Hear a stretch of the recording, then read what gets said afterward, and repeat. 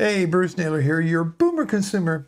And this is a follow-up video to a video I made in December of last year called Vinyl Records Worse Than I Remember. Boy, that video got a lot of comments, some really positive, some not so positive, and just, kind of all over the place. And I thought I would take an opportunity to respond to some of the top comments on here. If you didn't see that video, basically, the point of it is that after the CDs really became popular, I couldn't wait to get rid of my record player and records and just go with CDs. And I did so for many, many, many years. Then a neighbor who said, "Hey, I hear you're into hi-fi. I've got this old record player. Are you interested in it?" And I went over and I bought it for like 20 bucks. And I put a new cartridge on it. It had a bent cantilever. I said stylus in the video, but it had bent cantilever, and I replaced that for like 15 bucks. It was okay. It had a cheap cartridge on it. So I got a little bit better cartridge with the Ortofon, with the Super 10 cartridge, something like that. And I put that on there, and it did sound better. And I bought some Beatles records. And the point of it was, did it sound worse or better than I remembered vinyl? Because I really had, up until that point, I had no interest in getting back into vinyl. And my ultimate conclusion was, well, it's different. Depending on the record, sometimes you notice a little bit more warmth to the record than in digital. Depends on the source, but I've always been a big CD guy. And I was really trying in my mind to figure out, do I really want to get into collecting records and so forth? Well, now almost at, 10 months later, I can kind of share with you my vinyl journey and respond to some of these comments. I went ahead and I got what I would consider my ultimate turntable, which is the Denon DP65F. This is a fully automatic quartz locked turntable, and it is just beautiful. It sounds fantastic. And more importantly, it's actually been refurbished by a YouTuber called Captain Mark 09 or Captain Mark 09. And that's what he does. He refurbishes turntables, makes videos about them, and sells them. And when you get one of his turntables, he's went through it completely, replaced all the electrolytics in it, lubed everything up, made all the adjustments. So when you get that turntable, that vintage turntable, you've got yourself a really nice piece of gear. All right, so I've done that. I've also started collecting records. I have maybe 65, roughly, albums in my collection right now. Almost all of it classic rock. Music that meant something to me. Some albums I've repurchased, I remember having when I was younger. Some stuff I didn't have. But all these records that I have been buying are pretty much based on nostalgia and just reconnecting with my past, more or less. I'm not going to be a collector trying to flip records and make money off of them. That's not my thing, nor do I have any intention of owning thousands of records. That's not going to be me either. I still love my CDs and still buy CDs. By the way, price CDs is probably going to go back up. People are starting to become real popular again. Okay, now we got that all out of the way. I want to go ahead and go over some of these comments and respond to them. Now, some of them are very lengthy, so I'll just go over the gist of them, if you will. All right, let's get started. The first comment comes from Sandy Fader, who writes, "I agree with you. Most often when I'm streaming music, it ends up being background music and I don't pay that much attention to it. However, with my vinyl records, I sit down and listen to each one, and that's the only thing I do. Started buying vinyl in the 1970s and doing it again right now. What a fun hobby. Great video." Hey, thanks, Sandy. I appreciate the kind words.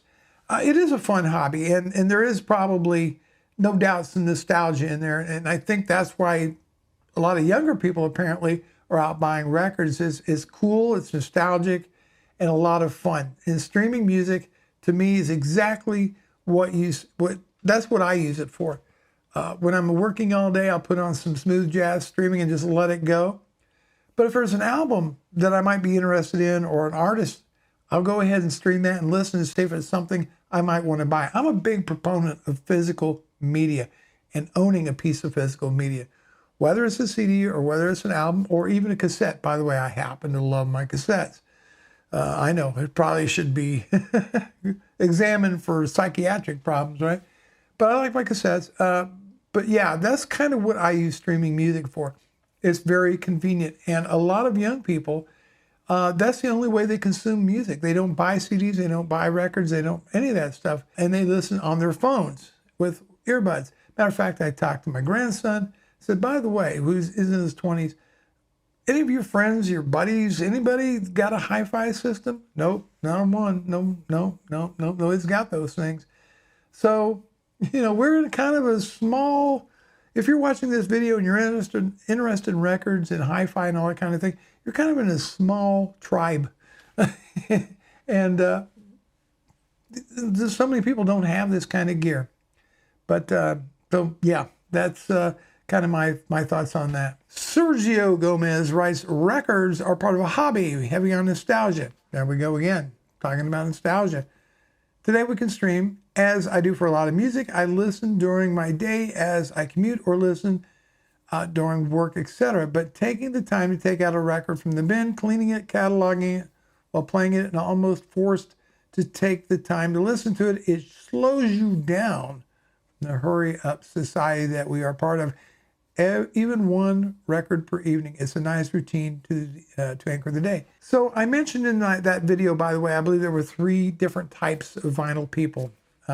There is the collector, and much like baseball cards or any other stamp collectors, whatever, the thrill is in the hunt, finding that record. They may not even play that record at some point. The second group I call the ritual people, and they enjoy the whole process, the looking at the artwork, cleaning the record, making sure it's stored in anti-static, sleeves, the whole 9 yards, the cleaning of the record. Maybe they have a record cleaning machine and setting up the turntable just so, and putting the record on there, maybe use record weight, all this stuff, right, to play the record. They really enjoy that ritual. That's part of the experience. So you have the ritual people. And then finally, I think you have another camp I call the analog people. And these people truly in their heart believe the analog is superior to digital, and they want everything to be all analog, the record, everything. And they feel it's just better than digital. So God bless them. But yeah, again, the whole nostalgia thing comes up, and there is some nostalgia, but it is another medium, and it is physical media. And I think ownership, and yeah, I like the artwork, and I think some of these album covers are beautiful. So thanks for the comment. And the next comment comes from Greg Naidoo, Naidoo, who says, vinyl is my definition of audio and / visual. To watch the platter turn while critically listening to the sound is an experience. Streaming CDs do not provide this experience. I have so many stories to tell around my vinyl experiences. I don't know what the story to tell about streaming. Well, the story to tell about streaming is discovery. How I could audition all this music, right? And then determine, I don't know. I get you. I understand where you're coming from. You like this whole visceral experience of, watching everything, the mechanical stuff work and all that. That's one of the reasons I like cassettes and maybe even a reel-to-reel. It's just cool to watch this thing go. So I totally get what you're talking about. As far as sharing stories, streaming is what it is. And it's convenience, great sound. I mean, with the high-res lossless audio, you get beautiful sound out of these systems. And according to OCD Mikey, he's got a YouTube channel. Digital, now according to him, can be way better than analog. All right, way better. In fact, he says that he would not help a customer set up an analog system. Won't do it.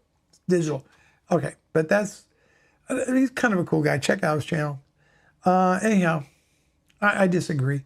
I think everybody's got their own way of doing things and their own tastes. But the visceral experience of watching and working with the machinery and all that is part of the fun. And by the way, I'm shortening some of these, just getting to the main points of some of these comments. Next comes from MPH728. I guess I would be one of the ritual people. Yep, okay. I like holding the record, admiring the artwork, and like the tactile feel of lifting, lowering the needle, turning the machine aluminum knobs, and watching mechanical things turn. Digital and streaming are great for the car, traveling, etc., and I like the convenience of it, but I find the process of listening to a record cathartic. It's not better or worse, it's just different. I don't get people who get worked up trying to convince others about trying to, that one is better than the other. That's a very nice, level-headed way of looking at things. Streaming is awesome for the car, for being mobile. You can be your own DJ. You don't have to lug around a bunch of physical media. I get all that.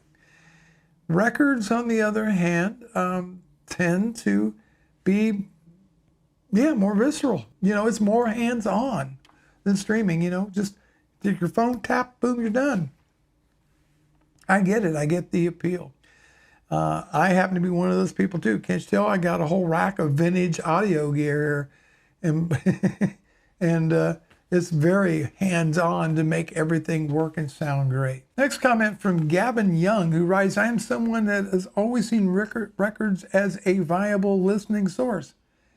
And as a kid growing up in the 70s and 80s, it was my parents' records that I'd be spinning, and in my teenage years, a cassette deck, and I bought a lot of tapes. But I was always buying records in my late 20s, 30s, and I was buying CDs and still buying tapes and records. Now in my 40s, I'm still buying and listening to all three: records, CDs, cassettes. Some of us never stop listening to records. Yeah, Gavin, I did. I couldn't wait to get rid of this stuff at one time and hop all over that, that digital world. But I understand where you're coming from. There for a long time, I didn't even have a system. I didn't even really have one. Life got in the way, and business and all that kind of stuff. But I certainly appreciate the fact that you're buying physical media. Not only that, but physical media helps support the artist much more than streaming. They make like next to nothing off of streaming. So when you buy a record or you buy a CD, then the artist is getting a bigger cut. So you're supporting your favorite musician. You also have that ownership of that media, which means a lot, because you know what? Some publishers out there sell you digital copies of music, but they also somewhere in their fine print say, for whatever reason, that they can pull it. And when they do, your digital music could be gone in a streaming platform. Artists can come and go. They can pull their music off of a catalog and be done. The next comment comes from Tony Williams. Tony writes, newer tech definitely has gotten more convenient. Streaming now is very easy compared to the palaver, that's a word I'm not familiar with, associated with records. However, I just love turntables. It's very easy to improve a turntable's sound, and you showed by simply getting a better cartridge and stylus. Other options include platter mat, isolation tone arms, cables, and also hunting out better pressings of the vinyl, like the first UK press of Abbey Road I recently acquired, which is just a revelation compared to the later version. I kind of stopped that point on his comment, but the gist of it is that he loves the tinkering, the ability to tinker with his deck that can alter this sound. And you can spend a lot of money doing that. You don't have to spend a lot of money. He likes that. And yeah, that's not for me, Tony. It's not for me. That's why I got the Denon fully automatic. I just want to put my record on, clean it, of course. I go through the ritual. I do the thing. I hit the play button, and then I go off and do. Sometimes I forget that I even have a record playing. And yeah, that wouldn't be good on a belt drive manual turntable. That would not be good. So, and I can even set mine to repeat. Gets done with the record, picks up the tone arm, comes back to the beginning, plays it over, and over again. I can do that. And that's good for me, and it works for me. So I'm not really the tinkerer, but yeah, upgrading cartridges and all that, that's part of the fun, part of the experience. All right, to wrap things up, so I'm going to give you some final thoughts. Yes, I am back into vinyl. I'm enjoying it. I have a really great turntable for my purposes. Some people, I'm not trying to be Mr. Super Audiophile and have a $50,000 record player. No, nothing like that. I'm very satisfied with the vintage, fully refurbished Denon turntable. Very, very happy with that. I do have a collection of about 65 records, and I'll keep buying them, normally used and in good condition. And I'm looking for stuff mainly recorded in the 60s and the 70s, not so much in the 80s on up, because most groups went to being, the masters being made in digital as opposed to analog. Okay. Yes, it does slow you down. And if you do the whole process, you do take, believe me, by the time I get a record out and I put it on the turntable and I take the brush and I clean it, I do all these things. Yes, I'm going to take the time to listen to the album, because most people, right, when it comes to streaming, I don't like that tune. Click, yeah, let's go to the next. No, I'm going to sit and listen to the album all the way through.